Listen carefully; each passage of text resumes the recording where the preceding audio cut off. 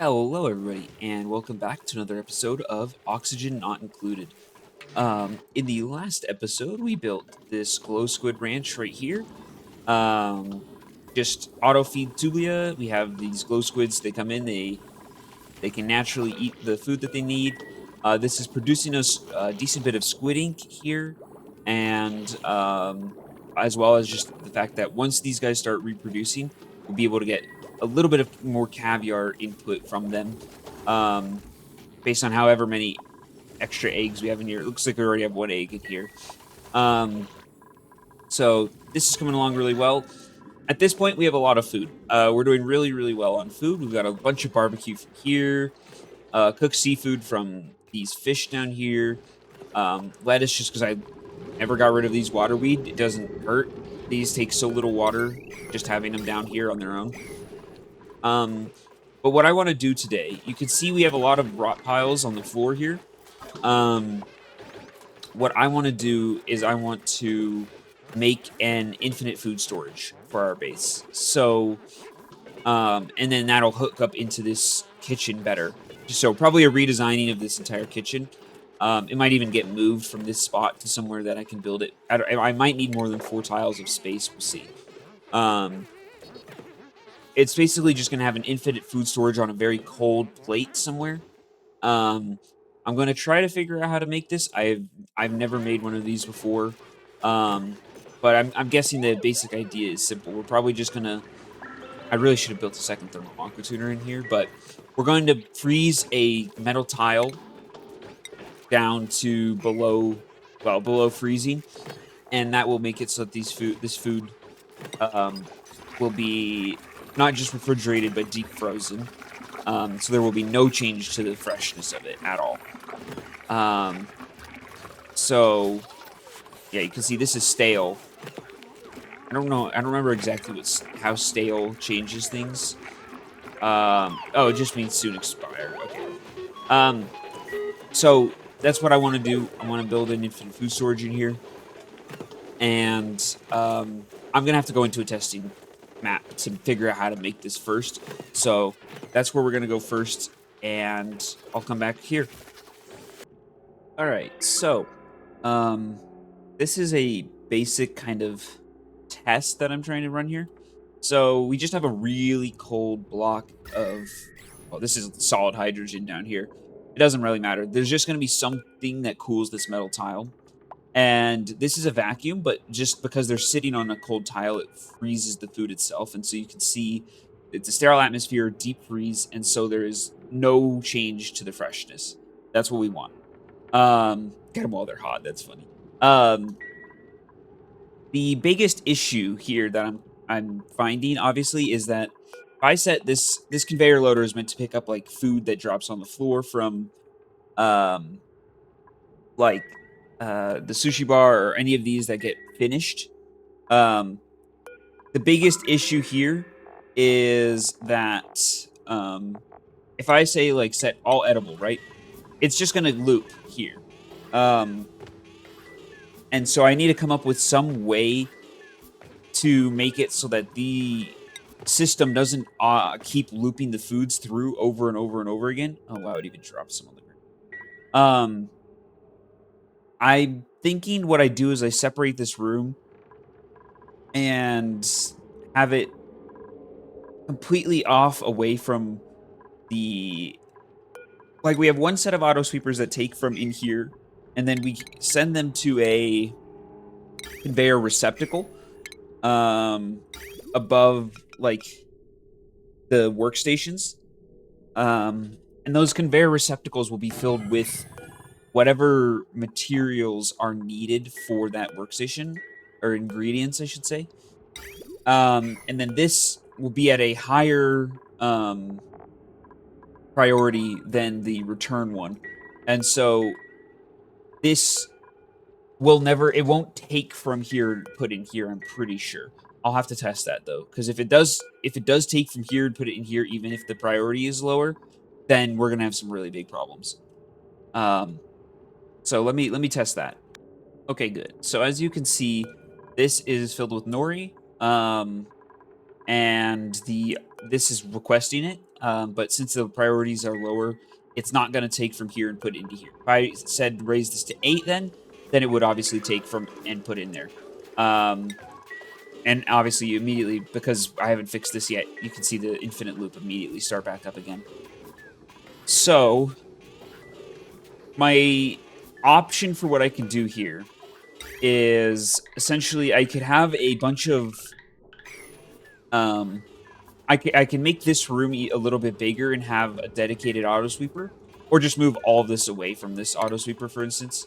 So we would just move all of this stuff away from over here, and that's an annoying noise. Um, we would move all this away from here, and so we'd have like over at the other end of the. This doesn't even need to be in the actual kitchen. We'll just have we could have like our all of our machines and everything at the other end. Um, put down, and what we would do then we would have to have um, a conveyor receptacle above each one for each individual ingredient that they need. Um, Me personally, this seems extremely inefficient. Especially because what we're going to then have to have is a bunch of these solid filters or something along those lines, um, that will filter out and send the ingredients to the correct spot. Yeah, I don't know, because there's no way to filter this and say like I want 10 kgs of this material in here or whatever. I think there is something along those lines that can, yeah, conveyor meter. Um, I could maybe figure out some automation that would be able to use conveyor meters to send like 10 kgs of something, and then and we wouldn't overfill the conveyor receptacle is what I'm thinking. Um, let me keep thinking about how I can make this. I'm trying to avoid the infinite loop, obviously, and we don't want dupes to do the infinite loop either. That's why we want to have um an auto sweeper that returns the ingredients back to here automatically. Um, hmm. All right, so this just feels immensely silly. Um, I I don't even think I need to explain it. It's just so many conveyor loaders, and they'd have to be separate like conveyor rails that all go to individual conveyor receptacles. And then while they're in these conveyor receptacles, of course, they are not in a sterile environment atmosphere anymore, and they're not frozen. I mean, it doesn't matter as much because it's what's about to be used, but like it still feels a little bit insane to me, especially since to be able to run each of these, like look how many we have to have an auto sweeper here, an auto sweeper here. Oh no, we could do it from just this one for the sushi bar at least. But then if we wanted to use the gas range, we'd have to spread all of this out again. This just feels so. This doesn't feel like it's gonna work. I'm gonna think about maybe I can put like take from this auto sweeper and put it into a, I don't know, like a refrigerator or something. Uh, maybe. I'll have to keep thinking. Okay, I'm back to similar to this design. I think, honestly, the best. I don't know. I didn't think of it earlier for some reason. I think actually the best solution to this problem is just to have two storages. Um, this one right here will be um all the raw ingredients. So this will be where our like um nori, fish fillet, lice loaf, stuff like that is stored. Lice loaf I might be the one exception because it's actually it's both a ingredient and something we're producing, so I'll have to consider if I can do lice loaf. Yeah, lice loaf might have to be is done a little bit differently, but we're just going to have um all the ingredients in here. So, like, we'll have, say, just some, like, our meat will all be stored in here. You can see just give it, like, a couple seconds to come down to temperature. I did just put a lot in here, so I guess it takes a little bit. There we go. It's refrigerated. Pretty soon here, it'll be completely but once it gets below -18, it becomes deep frozen. So there we go, and it is at 0. So we have our ingredients sitting in here. Then what we'll do is we'll have, say, like, we want our barbecue. Let me take this over real quick. So the auto sweeper will automatically deliver to here, and then let's just get a duplicate in here, and you are what? What do you mean? I've always been able to do this every single time. Okay, give me 1 second. Okay, I gave the skill, the fine dining skill. So then they will cook it, and we will have a conveyor loader, like right above here. Doesn't really matter where. And this will have all of our finished products. So we'll have our barbecue. If I'm not insane. Hello? You not put barbecue in here? What? Okay, give me a second. That was so weird. I had to, like, I don't even know. Anyway, so barbecue here. We'll give this some power, and we'll get a conveyor rail. Oh boy. Okay, so that'll put it in here, and then we'll have this get sent to, like, we'll have another, probably just have another storage over here somewhere, where we'll do the same thing. We'll just have this dump over into here. With a conveyor rail, and that will just send our barbecue into a finished products area. And this, the duplicates will have full access to, and be able to grab from. And then over here for our ingredients, we need to essentially make this. We need to do something over here so that our duplicates are able to deliver ingredients to, like, a conveyor loader or something with manual use, so they can drop off all of our ingredients. But we don't want them to be able to grab out of here on their own. We want only an auto sweeper to be able to do that. Otherwise, they will do the same looping routing issue that we had just earlier with the auto sweeper. So I need to come up with a way for duplicates to not be able to grab into. Let me figure that out. Okay, this turned out to be a lot easier than I actually expected. So this duplicate cannot grab this meat right here at all. I have a queue for barbecue, but if we went into shipping, we put an auto sweeper. Oop. If I put an auto sweeper right here, you can see it can access that tile, no problem. And there you go. It delivered the meat and immediately gets to work. And then I can put back our micro musher, and it can access the same amount of tiles and everything. So, and also in here, it's sterile atmosphere, it's deep frozen, it's just completely blocked off to anybody, any dupe. So you can see if we want to make more barbecue, it has to be there. Like, the auto sweeper is the only thing that can access it. And so what we can then do is we can then have, like, a conveyor loader or something. Like, we'll just have it out back over here. And this can be manual use. We'll have meat, and we can just have a shipping rail. Goes in like this. Let me just set this up real quick. You stop doing the barbecue. Yep, and the meat gets put in there, dumped in here, and we don't have an infinite routing issue with this. Perfect. Exactly what we want. And we can then have our, we'll have the, let's see, conveyor loader right here. Well, this will be like barbecue or something. Doesn't really matter. And that will just get dumped off over into our second deep frozen area. Now, the next thing I need to figure out, and I think I'm done in the test map. I'm going to move over into the actual map now. I do just need to figure out basically what or how I'm going to cool these tiles. They need to be below, what was it, 18 degrees, right? Minus 18. It needs to be below minus 18 um, to make it deep frozen. So we need some liquid or something. It can either be a liquid or a gas that can get below minus 18. I could always use a thermoregulator and use like hydrogen or something. That would be a pretty good option.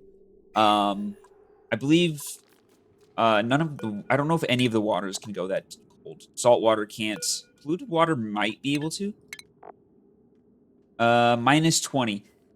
It's a bit closer than I would want for margins because I don't want to the thermo. If we use a thermo aqua tuner, it's going to bring down the temperature. It's a flat number. I can't remember it off the top of my head.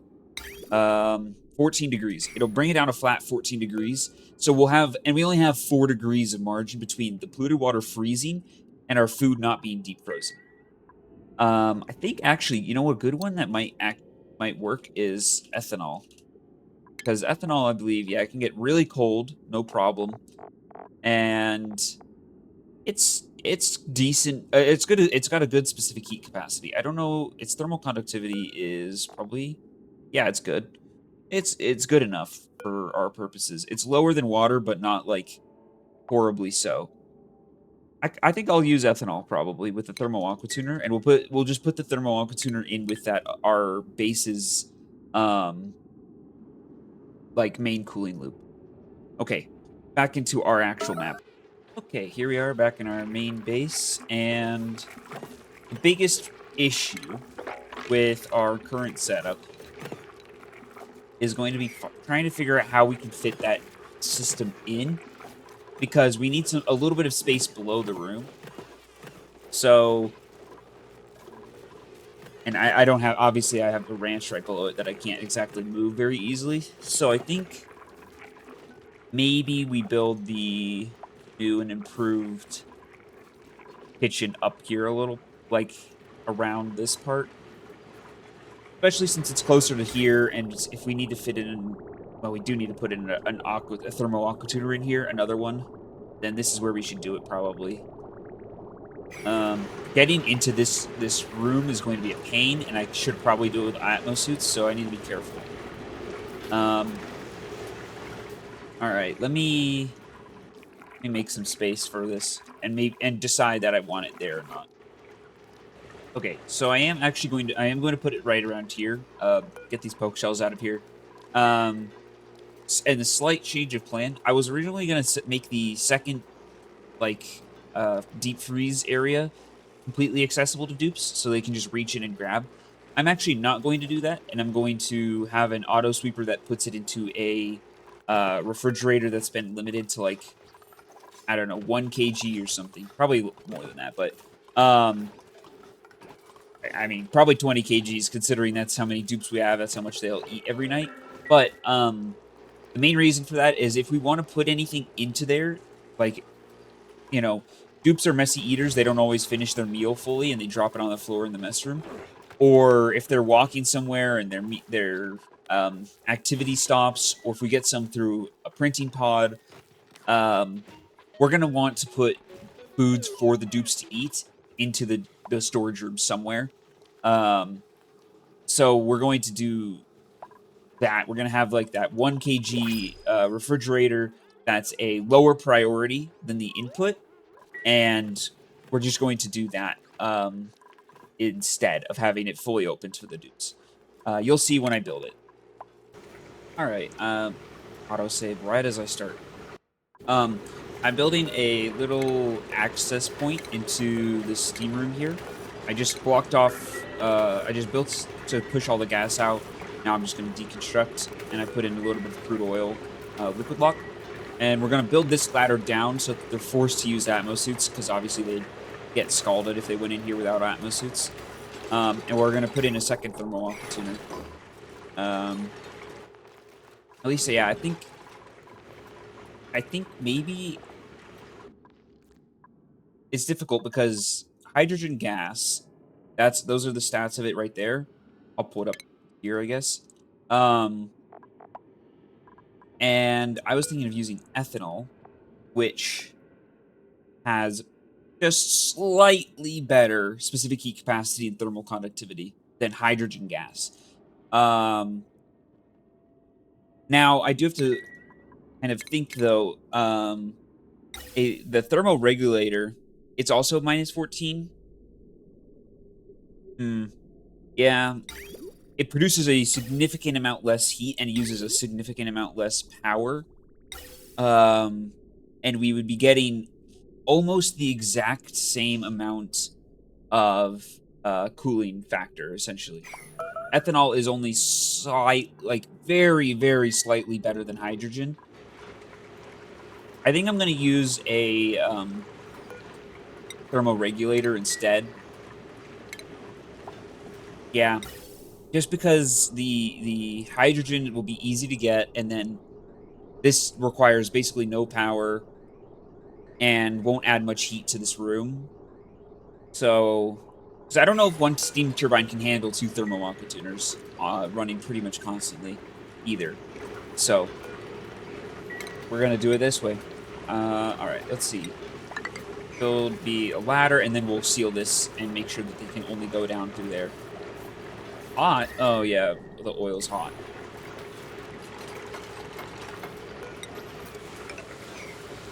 And then this is the starting of this room. I'm working off a screenshot I took of the um, test map, but I'm waiting to put on the upper part because we need to run the cooling loop through here. So I guess I should probably run that now. And we want to maximize conductivity here. Ooh, I guess that is a reason though to use liquids, is because then you could use radiant liquid pipe, which will transfer so much faster than the hydrogen would. All right, well, in the next clip, you'll either see gas pipes or liquid pipes built. Okay, I decided to use hydrogen, and then just expand out the metal tiles down here. So we'll have 3 tiles of radiant pipe. If it's not enough to cool it fast enough, I don't expect that it'll be. I don't know.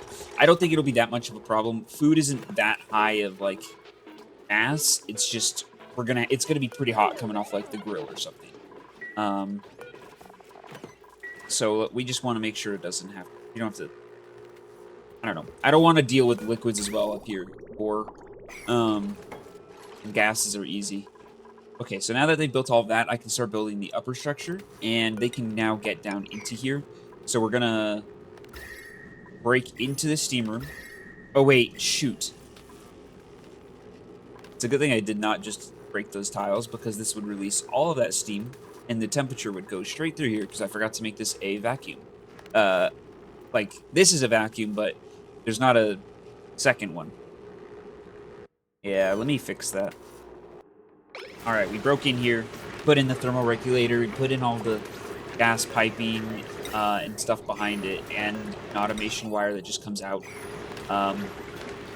Let's hope we never have to go back in here. I didn't actually make it a vacuum. I just tried to do it fast enough that the amount of heat that would have leaked out wouldn't matter.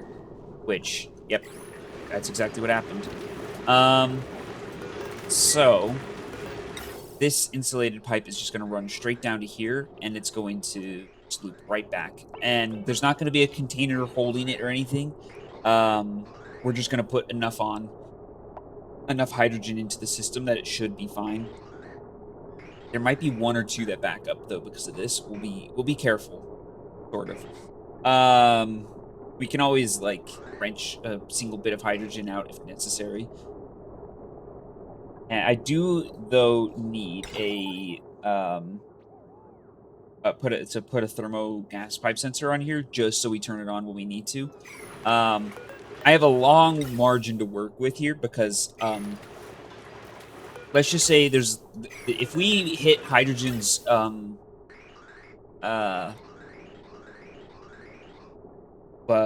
what's condensation point, we've done something horribly wrong by leaving it on way too long.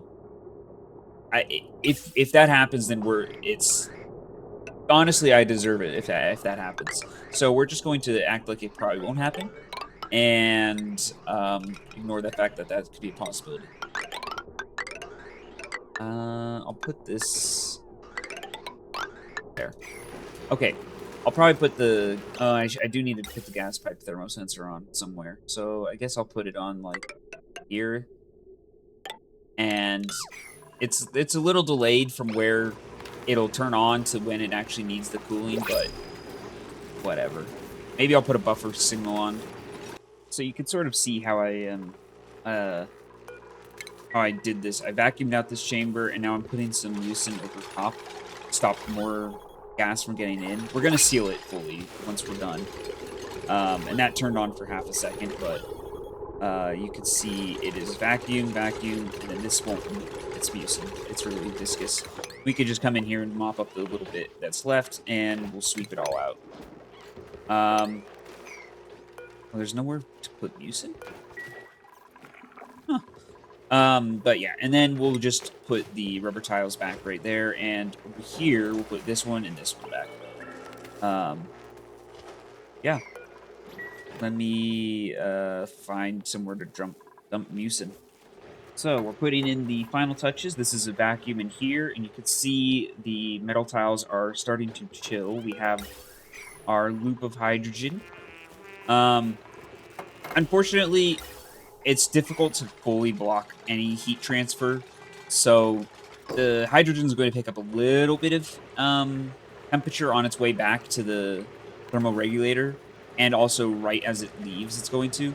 But it's been steadily cooling this whole time. That's down to -3.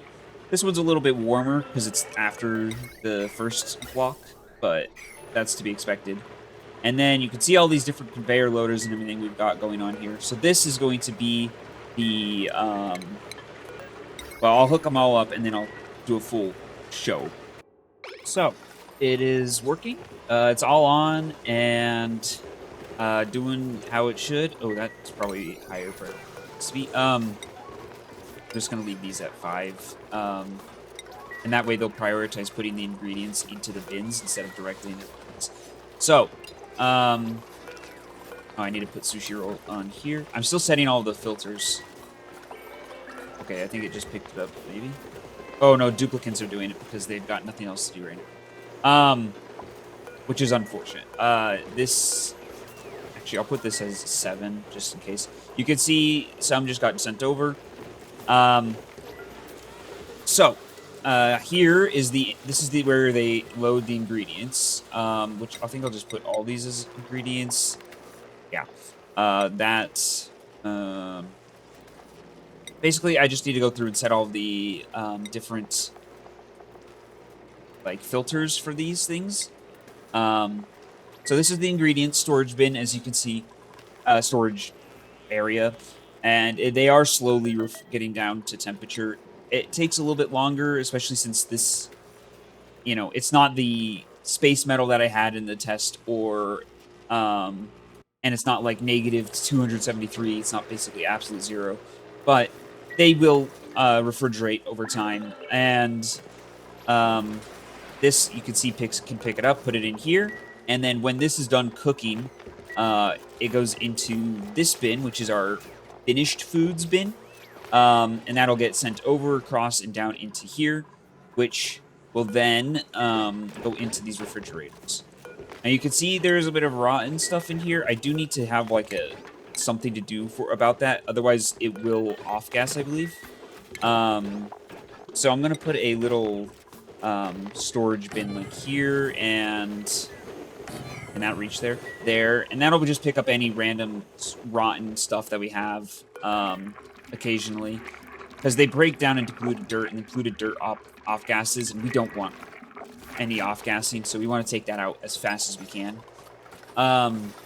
It's just an unfortunate timing kind of a thing that it can still rot. There we go. So we'll just take out quickly, and we'll also take out polluted dirt just in case. Put that in here and over the dirt. I don't think we'll build up very much rotten stuff in any of these, but yeah. We're moving all of our foods from down here up. I need to move nutrient bars. Those can go in here. And then I need to update in here too. But so just setting the filters and making sure everything works. If I set it here, I should set it here too, and then very quickly turn this off of manual use. So yeah, um, things are. This is really useful. It's really good. We have our infinite food storage. The metal tiles themselves are below the -18 that we need. So if I scroll through enough of this, we'll see if we get any. There, this is deep frozen. This lettuce is deep frozen. Um, and as we need food, they'll just pick up from here. And these refrigerators are higher priority than the input bin, so they'll stock these first. And yeah, infinite food storage. We shouldn't have to worry about food going off anymore. Um, and yeah, it's a lot more efficient too because we have the ingredients automatically delivered to the stations that we need. Um, so yeah. Um, let's see. This is all good? Temperature is fine on this. Yeah, I want to thank everybody here for watching. This is the end of the episode. It took me a little bit longer to make all of this than I had expected because I had to go and design it myself. Um, and between episodes, I'll set the filters on all of the different refrigerators and stuff like that better. Um, but for right now, this is where I'm going to leave the episode. And thanks everybody for watching, and I'll see you all next time.